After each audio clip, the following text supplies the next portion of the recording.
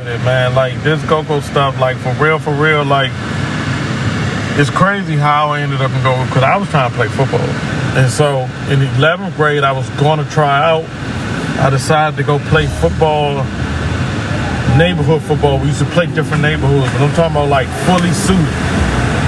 I decided to go play neighborhood football, and I'm on like maybe my 4th touchdown. I'm coming out of the backfield. This big dude. One big dude went low, another dude went high, broke my leg. Trials was that Monday. I couldn't try out. Right. So that was that. So I picked the guitar. I play whatever I hear. I can't read music, none of that. You know what I'm saying? And I know how important go-go is to the DC area, and I know what it means, and I know how it moved people. Bro, I went on a 30-city tour with Mambo Sauce. Welcome to the DMV. Jumbo happy, Mambo on your chicken wings. Home of crank, funky jumper, feel the heartbeat. Chief and Go. What's up, y'all? Now look, this is if you watch the Chief and Go, if you watch the interview, the conversation we had with Khari, Maestro, Ricky Angles, and myself, Northeast Groovers, the NEG story from A to Z, which I did about a year ago. One of the first interviews or convos that I had before I started the Chief and Go Live, right?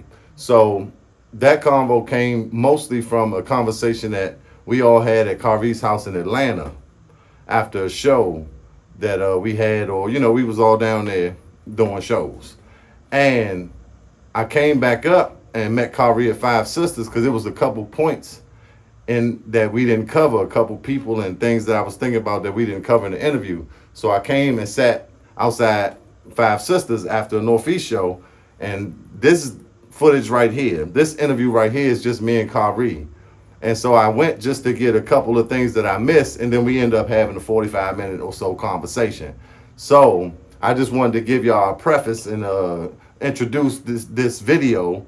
It's a conversation, a crank convo between me and Khari Pratt from Northeast Groovers, the owner of Northeast Groovers, and we talk about a variety of things. So tune in, lock in, make sure y'all subscribe. Chief and Go, we chiefing and going, you know what I'm saying, it's going, we keeping it cranking, we doing it for the culture. So excuse us, we're a little, it's after a go-go now, so we both a little tipsy, and you know, excuse that point of it, but we made some great points, and I just wanted to share this with y'all. Chiefism, Khari Pratt, we talking about Northeast. Now a couple of these moments, there's a couple moments in here that I did use for the Northeast NEG A to Z, the Northeast Groover story. There's a couple little pieces that I filled in the blanks on that joint, but other than that, it's a lot of new things that y'all haven't heard. So hey, get your popcorn, stay tuned, lock in, and let's keep it cranking, man. Watch this joint, let me know what y'all think. I think it's a valuable information, and you know how Chief and Go do it. We're gonna keep it cranking for the culture. Hey, I went to Dynasty after Dave from Dynasty Band. Yeah. And he got this in his basement, and he got this board. He wanted me to, you know, last minute, everybody in there, Tasha, everybody, Scotty in there from keyboards, Scotty keyboard, Scotty, all them, Barry on drums. So, but we talking about Northeast though, right? Yeah, that, I don't know how Northeast came up, old bands, whatever. And Scotty said, yeah, them niggas was cranking, but they was playing all that shit wrong. And this is what you told me. And I, like, when you told me, I was just like, yeah, Khari's just being humble. And Scotty said the same thing. And then look, I be listening to old Northeast now, trying to find the shit. But like you just said, but this is an impromptu style, and go-go is on the fly. It's a creative thing. It's a bunch of self-taught musicians that are super talented. And that's just what we do. Yo, bro, when we got Mo of a keyboard, that nigga, his father played the bass for this band that was across the street from my house. Yeah. Mo father played the bass. So, Mo father, I had this.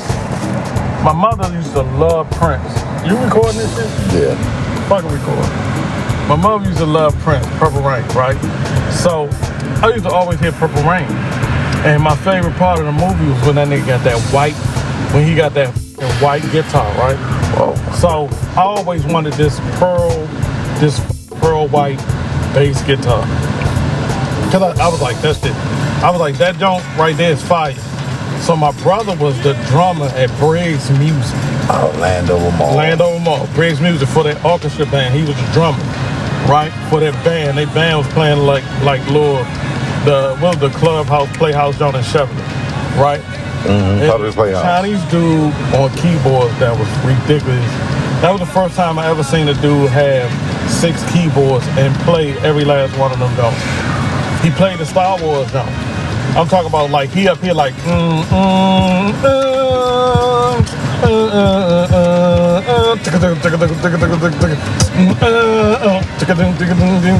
playing all that, right? He's fucking ridiculous. Excuse my French, but so I saw this white bass in there and I wanted it with a 4-string.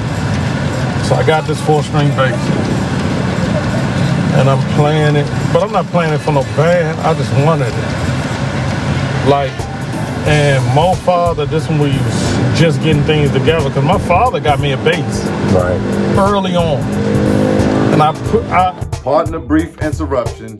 I know I'm interrupting that crank convo with Chief and Go with Khari Pratt. But did y'all know that Khari Pratt wrote a book called Basics for Kids?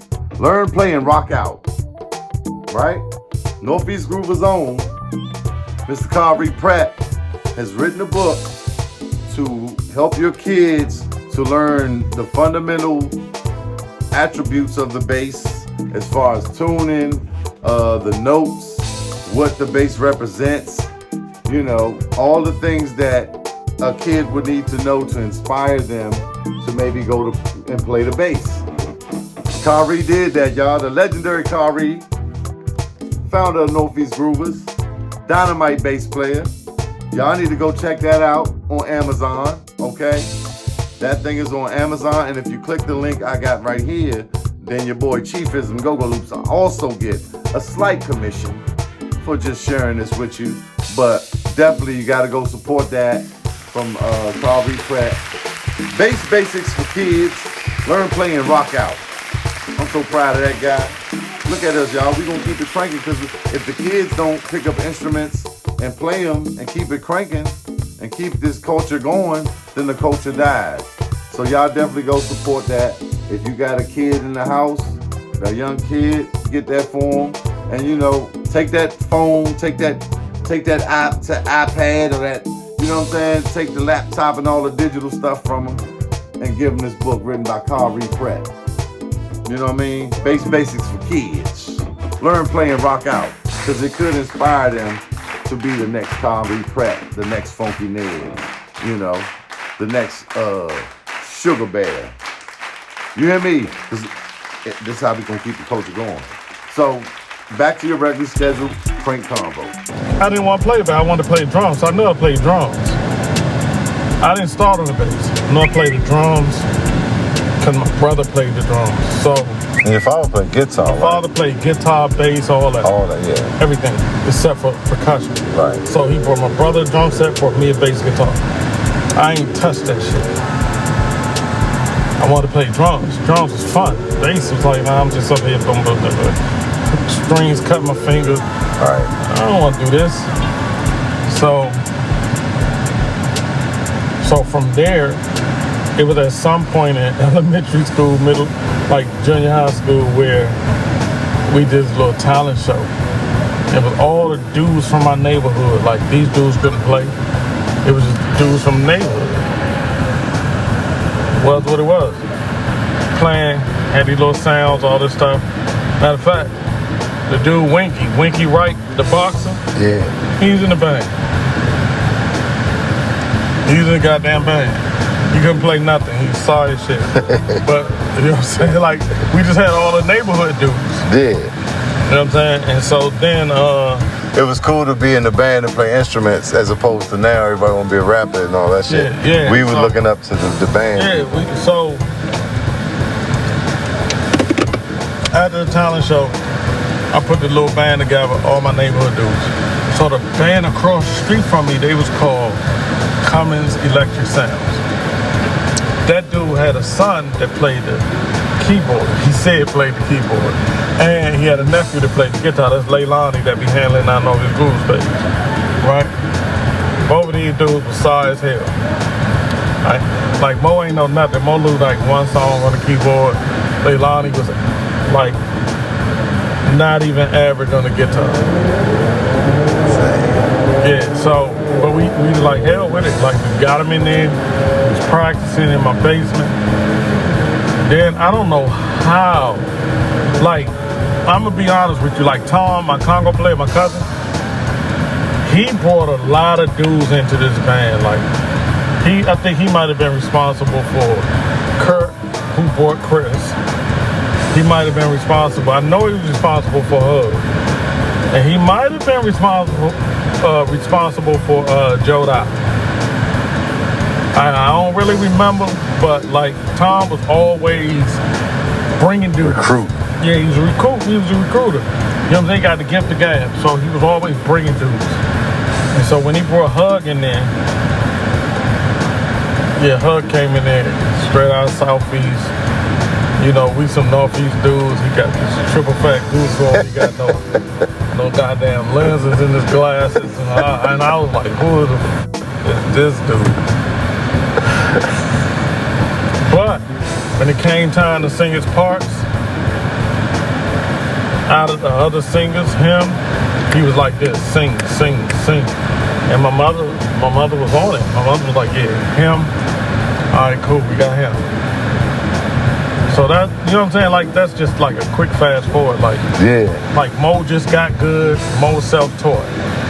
Gig Doug, self-taught, got good. My cousin on Congo, Tom, self-taught. Me, self-taught. Mm-hmm. So when you got all these self-taught musicians that really don't know the proper way to play, but then you add a guitar player like Joe Dye. Joe Dye was seasoned. Joe Dye was a big part. Yeah. And cause Tommy was playing on Bucks. I got that in the other audio. Yeah. Which was crazy. Yeah. Tommy playing on Bucks before y'all get to a show. Never touched the piece of, that's crazy. Never touched the Congo. Didn't know what they were supposed to be tuned like or nothing. And our first show, we rented some Congos and he played on. So Joe Dye and Jammin' Jeff were big parts. Those two parts, because the drummer was a dude I grew up with, my man. He like idolized Foots. That was like his dude. Right. Right? I mean, like, and so he ain't give you, his name was Andre, like he ain't give you no all that shit. He just kept it right here, this pocket. You know what I'm saying? Give you a roll. Yeah, the breakdown like you're supposed to on the 8. He keep it right there. Right? That's what he did. But this particular time, this was when the Go-Go Live was happening at the cafeteria with RE and all them. Right? And we had practice. And he opted to go see them in that practice. So we was like, listen, we want to be where they are. Right. I don't want to go see them. We need to work. We need to work to get where they are. And so after that, sadly to say, Tom brought Jeff, you know what I'm saying, in there, and Jeff practiced with us. Andre showed him the stuff. Whatever happened to Andre? Any word of him playing with anybody? Nah, he passed away. Oh, okay.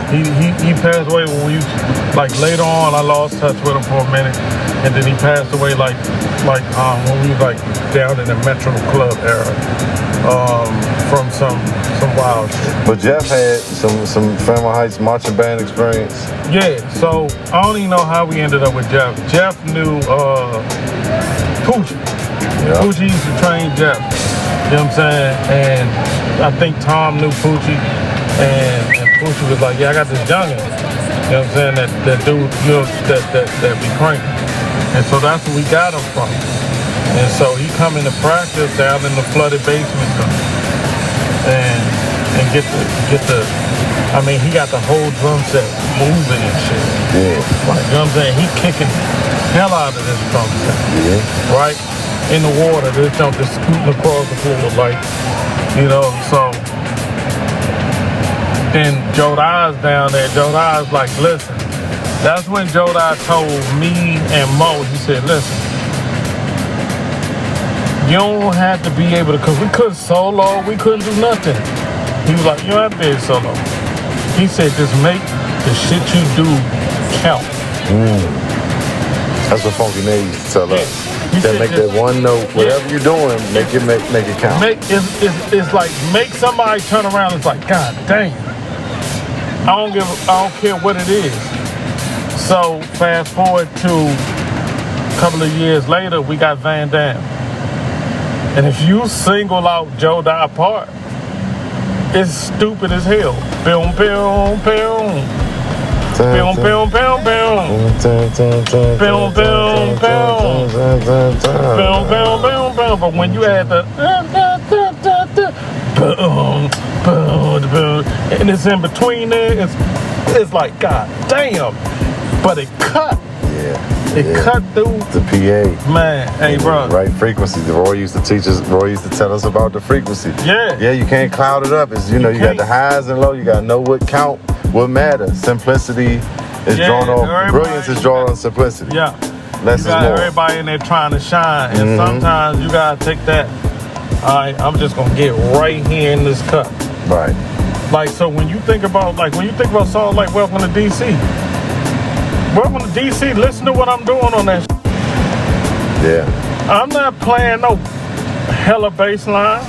I'm like boom, boom, boom, boom, boom, boom, boom, boom, boom, boom, boom, boom, boom. But when the rap come in, instead of playing music like most people would have did, I broke it down. I said boom, boom. Right. Texture. Everything up. Right. Let it breathe. Let everything breathe. Let the song breathe. Let the lyrics breathe. Put room for the lyrics. But most people would have put music there. Yeah. And I didn't. Overproducing. So, yeah, because you're trying to do too much. Like, I'm trying to make this junk work, make it crank, make it be what it's gonna be. Because you came from playing with a live band that understands dancing in space. Because you came from a live band, like you just said, untaught. We just know what make people dance. Yeah. And then you got some dudes that they hearing what they hear and they want to produce stuff and it sound full to them in a sense, right? And they just want to just add. Yeah, but it's not because it needs the space for, like you said, the lyrics. So you need that. And I think that's a lot with go-go too. A lot of where the lyrics are, the congos are taking that pattern over top of what y'all doing, keys and bass, right? So then the congos are creating the joint. Like my man Rome Bucks from the Scrapers had ran into Jay-Z. He was doing Principal from a Day. He lived across the street from Fairmont Heights. Yeah, I know. And so, you know Rome? Okay, so White World was recording the Principal for a Day. Then me and Rome, and we in the studio, I'm with the Scrapers. And he get a tour bus driver, a joint, a CD, you know, and Rome Bucks was rapping to the congos. Boom-ka-dot, rockin' the beats like we do.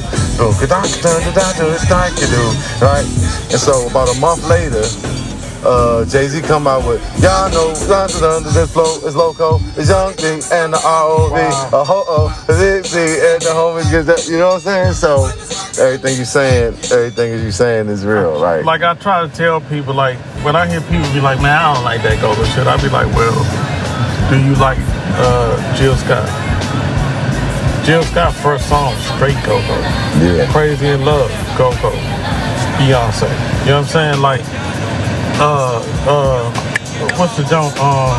Nelly. Go-go. Like all them junk go-go beats that somebody took, sort of watered it down. You know what I mean? Like, so it was commercial and then sold it. And didn't acknowledge where they got the shit from. Right. And that's the part that bothers me.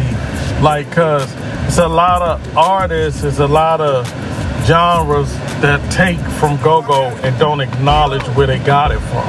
Right. You know what I'm saying? But then the moment they touch foot in DC, here they go trying to mimic what works here. Like, so which means if you know enough to come to DC and say, let me mimic this, then you know what that music is and you know what it means to DC.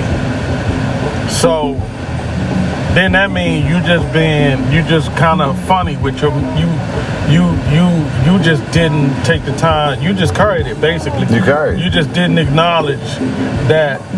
Okay, I took this shit from go-go. Right. You know what I'm saying? And I know how important go-go is to the DC area, and I know what it means, and I know how it moved people. Bro, I went on a 30-city tour with Mambo Sauce.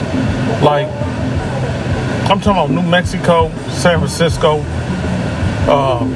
New Orleans. We rocked every city.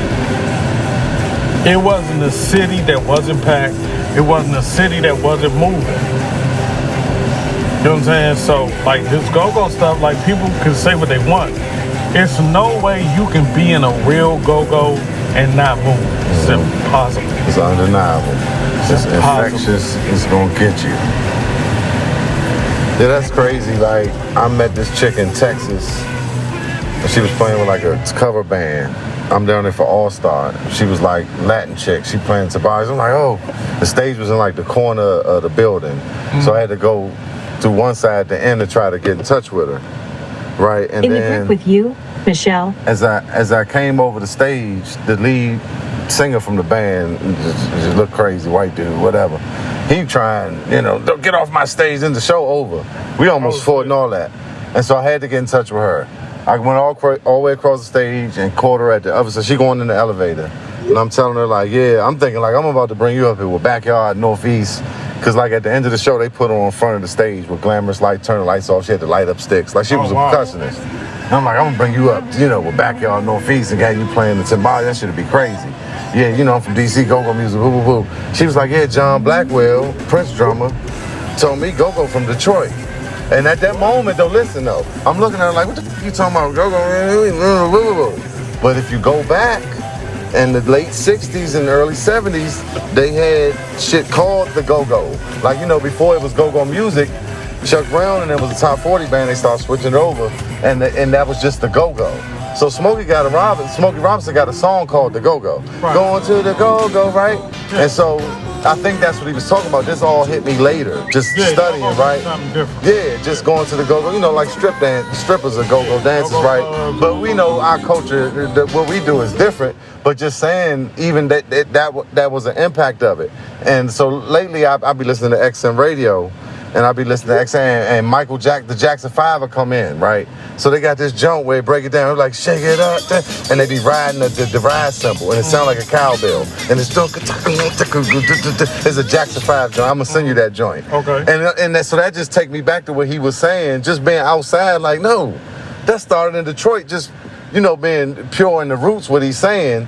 But of course, that don't equate to what we do culturally in DC. We have a whole culture. But in a percussive sense, it was some things going on in that time. But when she told me, I was like, what the he talking about, dude? That nigga, John Blackwell, But it was called the go-go. I got it because I sampled it because I was going to use it. Smoking and going to the go-go. I remember that. So, but yeah. And I think all that should just be included in everything. And I mean, at the end of the day, the main thing is our percussion and our self-taught musicians, our impromptu and our on-the-fly. And most importantly with Northeast is how y'all have fun on stage and will make up songs off the fun and off the, personal things with the band. And you know what I'm saying? As far as I know, anybody I've been around, Northeast has the most creative, fun, energetic, like pure stories of song creations. A lot of our songs, like even like Van Damme. So when you look at Van Damme, right? I think 32 he was mimicking a movie. I can't remember the movie, but it was a scene with Van Damme.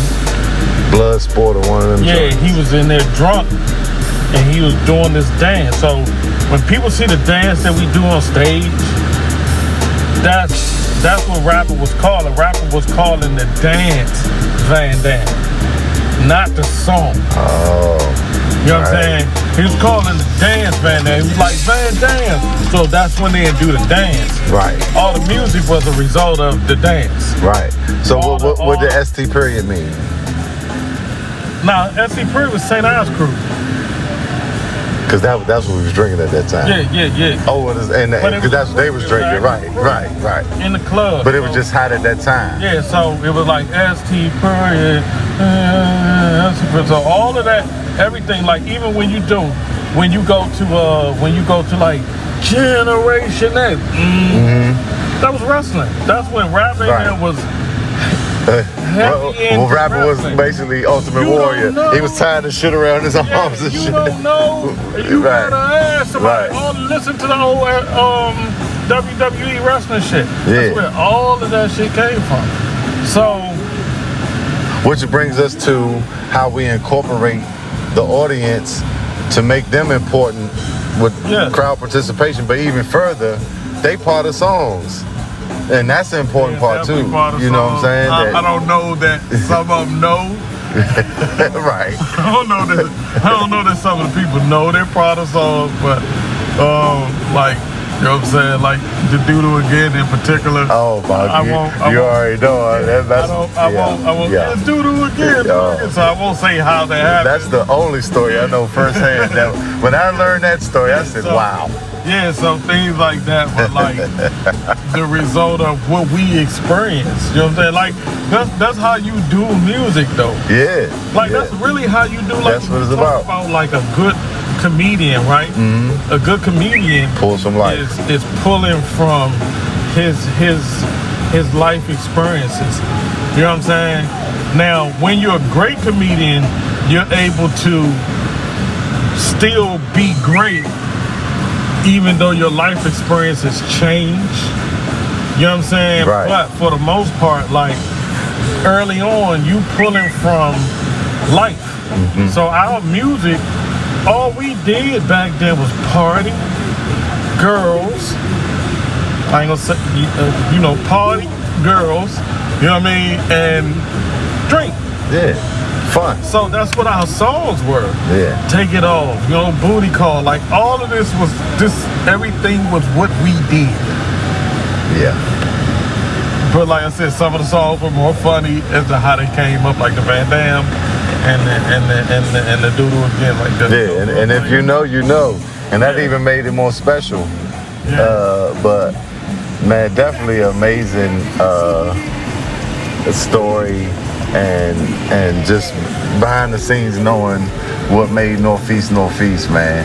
But this has been great, man. Like, I'm gonna chop this up and yeah, do what you need to do with it, man. Like this go-go stuff, like for real, like it's crazy how I ended up going because I was trying to play football.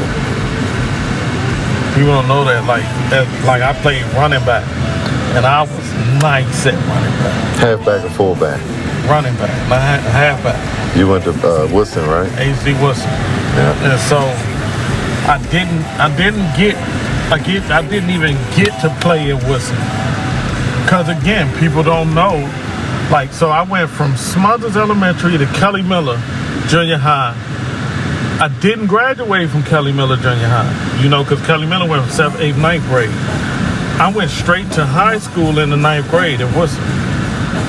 It was only 2 high school classes. You had to be in business and finance and all that shit. So I was a little sort of smart dude. So I didn't graduate. I went straight from junior to high school, and I did 9th, 10th, 11th, and 12th in high school. So I didn't try out for the football team in 9th grade. I didn't try out for 10th grade. 11th grade, because I had to stay in the business and finance, you had to have a B average, so I had to stay there. I had to have my shit together. And so in 11th grade, I was going to try out. I decided to go play football, neighborhood football. We used to play different neighborhoods, but I'm talking about like fully suited. I decided to go play neighborhood football, and I'm on like maybe my 4th touchdown. I'm coming out of the backfield. This big dude. One big dude went low, another dude went high, broke my leg. Trials was that Monday. I couldn't try out. Right. So that was that. So I picked the guitar. You know what I'm saying?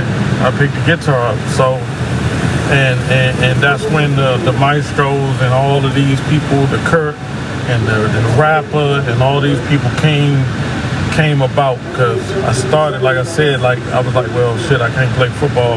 Right. So I do know how to play this guitar a little bit.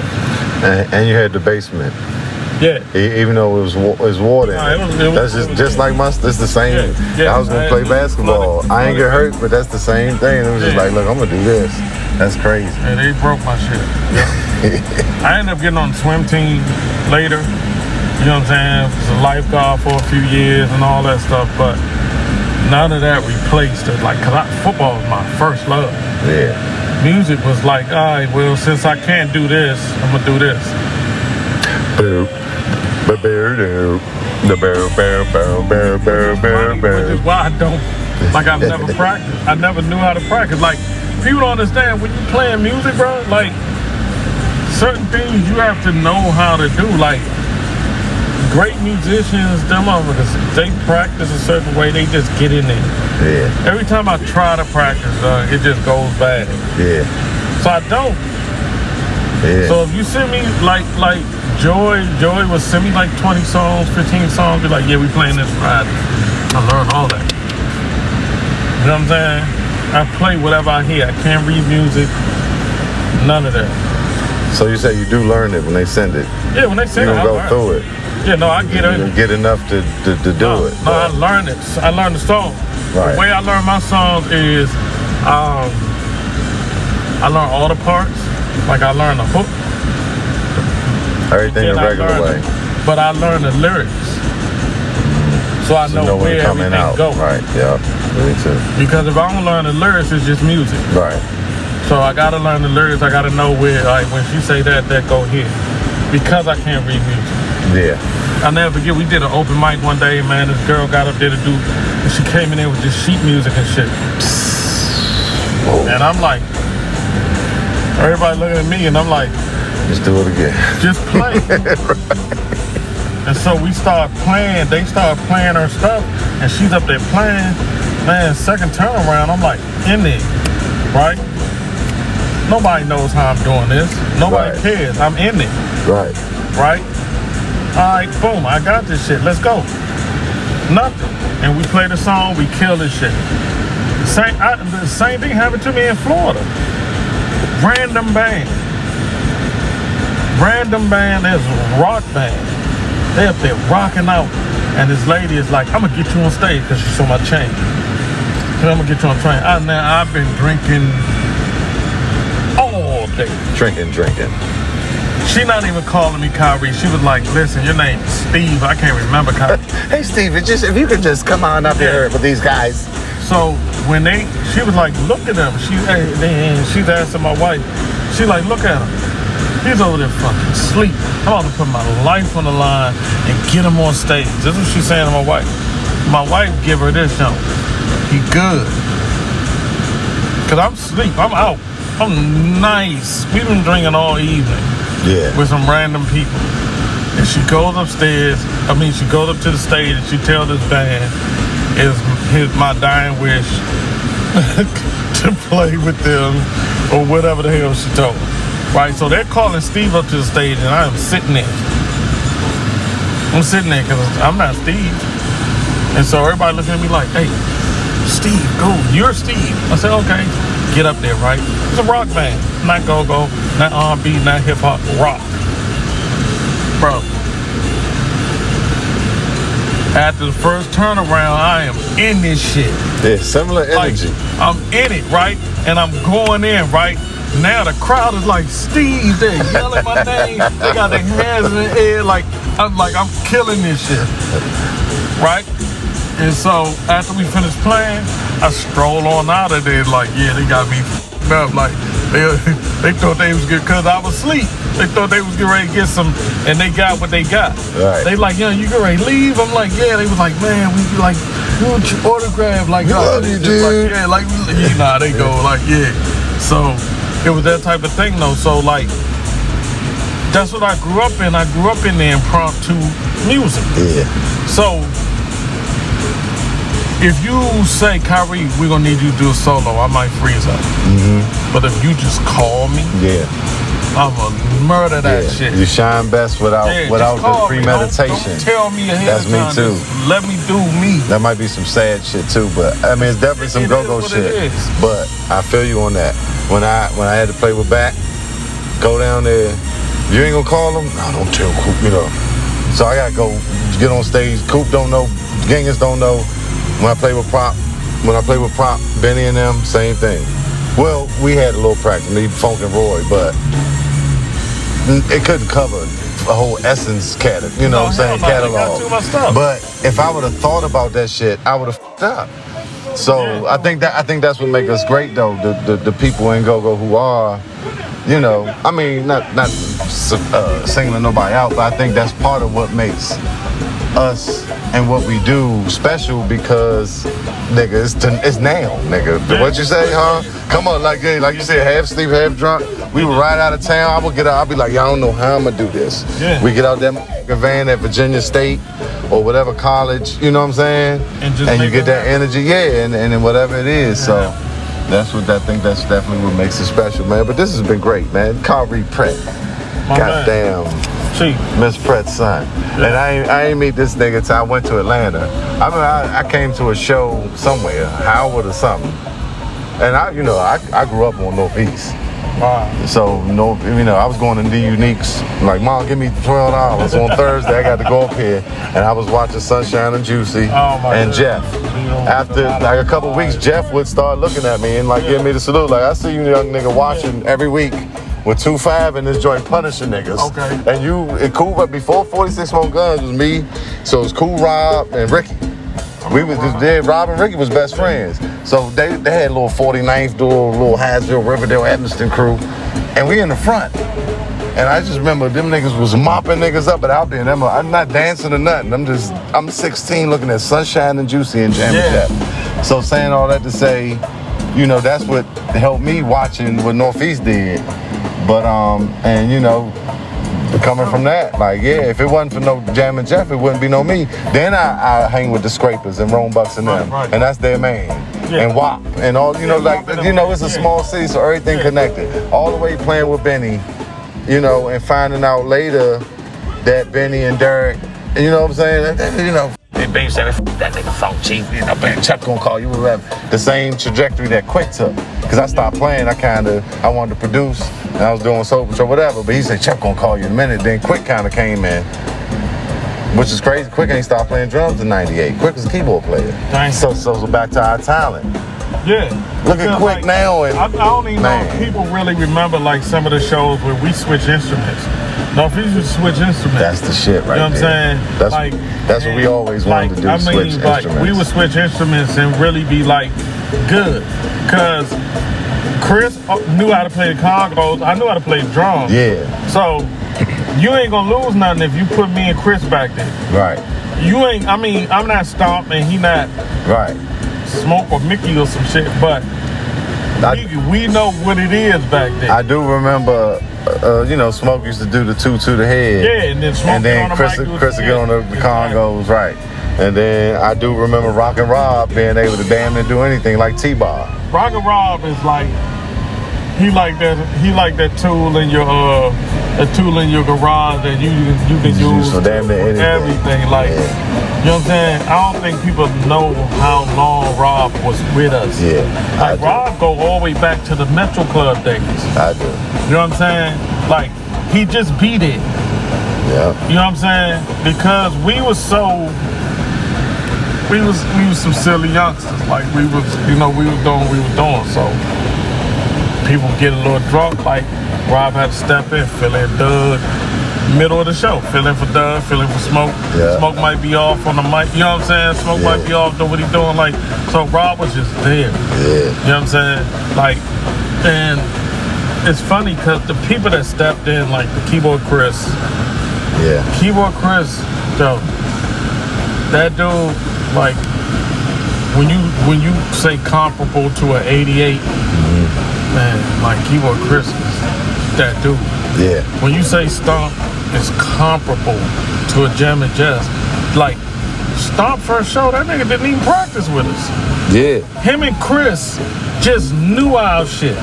And to this day, they know our shit better than we know our stuff. Yeah. Like Chris would be like, yeah, you supposed to be here. You supposed to be here, like, you supposed to play this. I'd be like, God, how do you remember that? Yeah.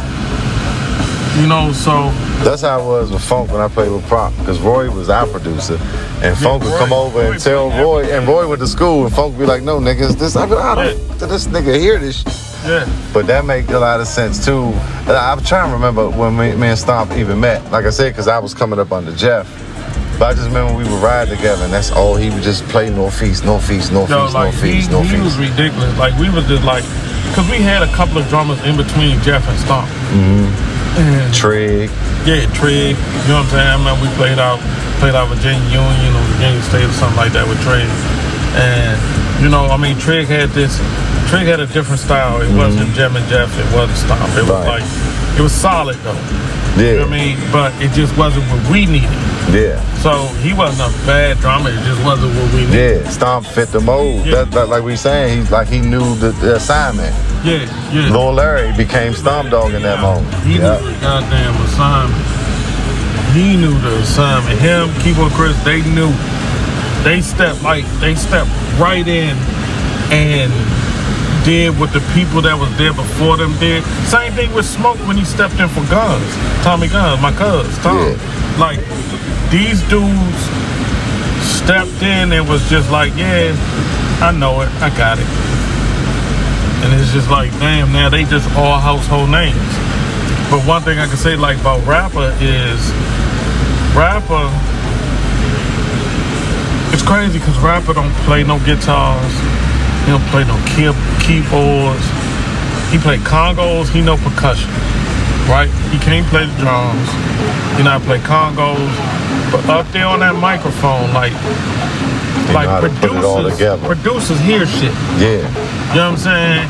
And that's why you know all of the members of Northeast Brewers, because he would hear us fumbling or doing some crazy stuff on stage, and he'd hear it and be like, Khari, right there. Tune it up. This is what you do with Stay that. right there, Khari. Stay right there. And then he'll start calling me for that part, right? So that was his way of just working the show. Because he wasn't a rapper, he was a congo player. So he talked to the crowd, but then he talked to the band. But he called us by name. 88 right there. If 8 starts saying, he'll hear that shit and be like, hey, 88. And you know, then that shit there. Then I'll say, boom, or something simple. And he'd be like, Khari, do that again. Right. You know what I'm saying? And he'll call it something. Next thing you know, it is a whole damn groove. So he basically doing what a producer do in the studio right there on stage. Like a conductor, a composer. You got people that make beats, you got keyboard players that can play chords. What I heard not too long ago, I think it was from Quincy Jones or somebody. Or you know, because they say Diddy did all the Jones, but he don't play nothing. So, but what Diddy could do and what Rah does and what a producer does is they can hear it. So, now I'm gonna take your hands, maestro. It's a puzzle on the ground, right? We gotta put this puzzle together. I'm gonna use your hands to put this puzzle together. I'm gonna use Khari's part, Stomp, and that shit. That's what a producer is. Some niggas make beats, but a producer can produce that final product of what everybody adds to it. Hear all of that and be like, and just start putting it together. And then next thing you know, it's a groove. So here you are, a dude that don't play an instrument, put a whole song together from what he think he need to hear for what he hearing. You know what I'm saying? So that dude right there, like I watched them grow. Like I said, like we all grew. To be honest, you know. And it's funny because I struggle now with some of the Northeast Groover shit, and the reason I struggle now is because I played so many things wrong back then, but it didn't matter because I wasn't taught. I didn't know it was wrong. I didn't know. Like, You know what I'm saying? I didn't know you couldn't jump from this key to that key. Right. It just But worked. who says who says you can? That's on paper, right? But James Brown said, "Do it sound good? Did it work? Was people dancing? Do Northeast got a crowd? Yeah. So you can't be hung up on the fact that you was what I'm saying that." And you know what's funny? Because I hit a point in my life, in my career, where I was talking to Rio one day, and I was like, I think I want to go learn how to read music and all that shit. Rio looked me dead in my... You up. Rio said, you want to do that for? Right. I was like, cuz, man, like, I'm playing these things, I'm just doing whatever, like I'm playing for Phil. He was like, if you go learn how to read music and learn regular song structure, it's gonna change your style. And you're not gonna be you no more. Exactly. And I was like, damn. So I never learned. Yeah. That's how I feel. Constantly played by ear. But I understood like later when I started to understand how music and how songs are done and theory. Yeah, music and so, theory. I understood like, okay, it would have changed my style. Cause the shit I was doing, I'd have said, you know what, I can't do that. Unorthodox, right. It don't on paper, this ain't supposed to be right. I wouldn't have done it. Yeah. I wouldn't have done it. Like I wouldn't have done the Mambo Sauce jump like on Welcome to DC. I wouldn't have done what I did on Van Damme. I wouldn't have did what I did on Get Down With. It's like a lot of stuff I wouldn't have put those bass lines in because I was jumping keys and all that. I was doing what the hell worked. Yeah. If this what felt right. crowd moved, that's it. When he said, "Hey, Khari, whatever," right, and the crowd moved, that shit could go from F to G. Yeah. I mean, and some keys make sense as I've been DJing. Some keys can go.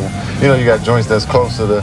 But I think the main thing for me with that situation and learning how to read, especially with the drums, that's something that you're totally different. But like. The main reason I would want to learn certain theory and learn what a G13 suspended 7/5 and all that is if I was in a situation I had to communicate that. So where we going? So if Jill Scott or Erykah Badu call me tomorrow or call Khari and they in there and they like or the modes, the 1-3-5s and all that this shit I learned, right? Just a little bit of that, just to know. So if I'm in the room, I know that we in the G chord. We know the 1-3-5. I might not know all that shit. I'm not gonna pay too much attention to it, but just to know, okay, that's where we at. I don't know none of that. So, but I'm just saying, just enough to know if I'm in the room to be able to, like, hola, come on, you know what I'm saying? Just enough, but I don't think more than that is bad. You shouldn't know more than too much. You know what I'm saying? But I do think that's the most important part. What I'm saying with us being self-taught. Yeah. I know. And so, but them modes are in the same strings. The 1, 3, 5, 7, 9. You know what I'm saying? I know my first string is D. On the 5 string. A, D, G. On the 5 string. So what's the 6 string? What's your first string? No, the first string is still B, but the last string is C. Okay, they're on that side. Right. See, but I'm just saying, like that to know. It's just it though. I know that. That no more past that. We scale in there. I know all that. Yeah. Like if you put that on paper, it's gonna like cripple that, you. I don't know what that is on paper. Get that shit out of here. I don't know bass clef and I don't know all that. And so like we were saying earlier, you said a couple times we were talking about Rock and Rob. I think it was important we got to him and Chris because they wasn't part of the first joint. So, but let's be clear that, like you said, you played the drums first, bass, guitar, piano. The congos, drums, that's all. I know it's different categories. That we striking something though. All those are percussion. All those are percussive instruments. We know the piano and the guitar and all them got more notes, but we still got to hit something to get them notes, right? Yeah. So a congo player got boom, baka, dooka, baka, D, C, A, G, what it's supposed to be, right? Right. But everybody tune in. Funny, a lot of people don't know that. Like a lot of people don't know them congos are tuned. It's supposed to be tuned, right? But so just saying all that to say, that's why you will find a lot of drummers to play guitar, a lot of guitarists to play. You know what I'm saying? Like y'all was switching up, and we always wanted to do that. So I think that's an important thing to know too. I mean, and not every drummer or nigga that can play guitar or bass to play drums can pick up a trumpet. because that's when that shit get different. But anyway, this has been great. I wanted to play the saxophone. Yeah, look, oh, now that's different from a trumpet.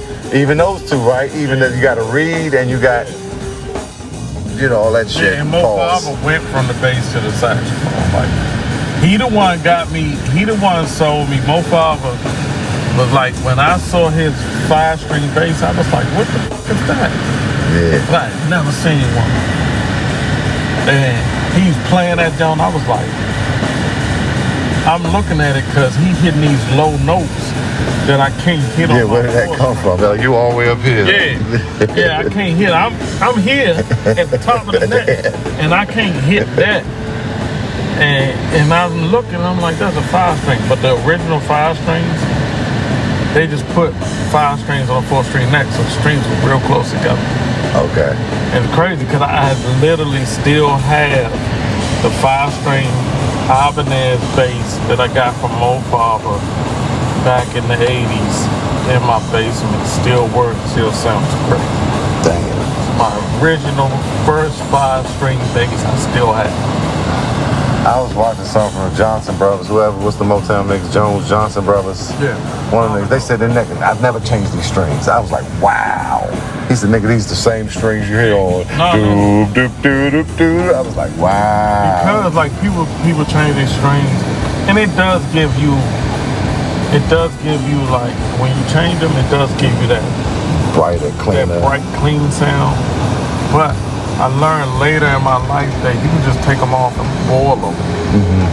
Get the grime and shit off them. Get all the little dirt off them in between them, put them back on, and then keep it moving. Yeah. But see, back then, I was more into the show. Yeah. So we were more into like, yeah, we get ready to break all this Yeah. right? So jamming, breaking foot pedals in half. I'm popping strings left and right. Yeah. You know what I'm saying? Like, I'm popping strings like I'm popping B strings, the thickest string they got. Yeah. Right? And like, yeah, like now. That was cool. Like now, like, yeah, nah, I'm not popping them. No, I'm letting the PA work. Yeah, nah, I work. Yeah. I make it look like I'm Right, going in. yeah. But yeah, nah, I'm not fucking A grown as shit. I'm a grown man. Like, doing all that. Yeah. Which was funny because when I did the show down in Atlanta with XO, I went in a little bit and I popped my goddamn strings. And I was like, I haven't popped strings in years. Right. And Like, I'm down here with XO. Yeah. Playing Sail. Yeah, not yet. Which is a cranking joint. It is. I pop shit on my strings. All right, man. Yeah, I'm definitely gonna chop this shit. That we got it in. I appreciate that. Yeah, I gotta get out this wood break. It's a vibe. On 95, I pledge allegiance to the crank for as long as I'm alive. Chief and go.